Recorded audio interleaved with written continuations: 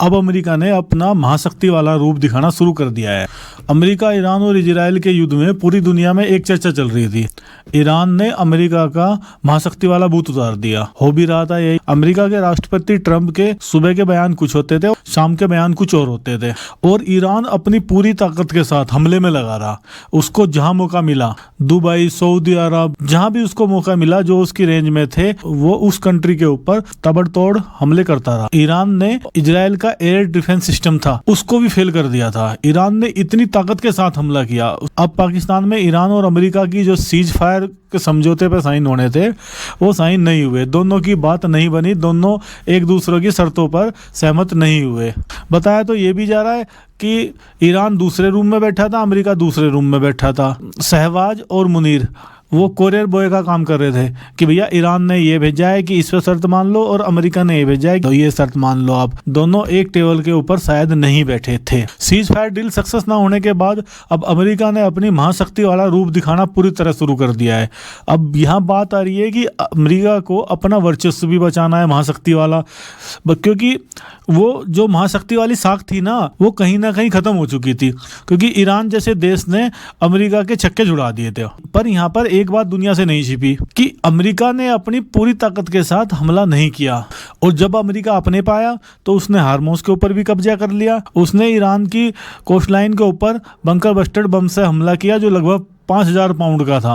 America के इस हमले में लगभग 1 से 1,500 लोग मारे जाने की आशंका है। ईरान की जो न्यूज़ है वो भी बाहर निकल के नहीं आ रही, क्योंकि ईरान के अंदर इंटरनेट नहीं चल रहा। ईरान जो दुनिया को दिखाना चाह रहा है वो ही दिख रहा है, जो ईरान दुनिया को नहीं दिखाना चाह रहा वो नहीं दिख रहा है, क्योंकि ईरान के अंदर विदेशी पत्रकारों का जाना भी प्रतिबंधित है। और यहाँ पर अमेरिका ने ईरान के कॉमर्शियल जहाज के ऊपर हमला किया जो रनवे पे ही खड़ा था। बताया तो ये जा रहा है कि जो रनवे के ऊपर ही खड़ा था। ईरान बार बार ये बात बोल रहा है कि वो जहाज इंडिया जा रहा था बच्चों की दवाई लेने के लिए, और इंडिया जाते हुए जहाज के ऊपर अमेरिका ने हमला कर दिया। अमेरिका ने उसे, जब एक जहाज राहत सामग्री लेने जा रहा था तो उसके ऊपर अमेरिका ने हमला कर दिया। तो ये इंटरनेशनल लॉ के खिलाफ है।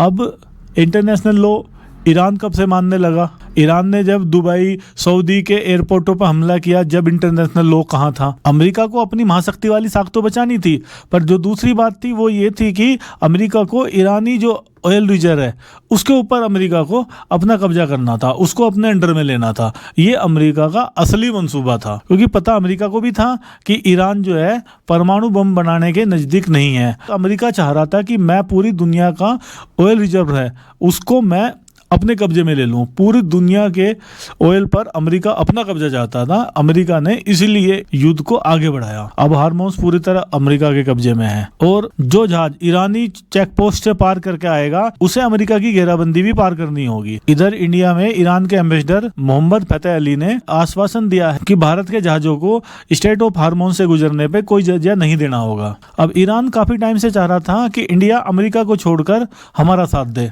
इसलिए बार बार ईरान इस बात का रोना रो रहा है। वो जहाज बच्चों की दवाई लेने के लिए इंडिया जा रहा था, वो रनवे पे था, वो उड़ रहा था। अब आज सुबह से यही चल रहा है। अब जो मेरा ओपिनियन है वो ये है कि स्ट्रेट ऑफ हार्मोस पे भी अमेरिका का कब्जा है। ईरान को पूरी तरह से अमेरिका ने बर्बाद कर दिया है, उसकी पूरी तरह कमर तोड़ के रख दिया है, उसकी मिसाइलें पूरी तरह खत्म हो चुकी हैं। अमेरिका ने जो ईरानी मिसाइलों का जखीरा था उनके ऊपर भी अटैक किए हैं, उनको पूरी तरह खत्म कर दिया। पूरी तरह से ईरान अब अमेरिका के दबाव में है।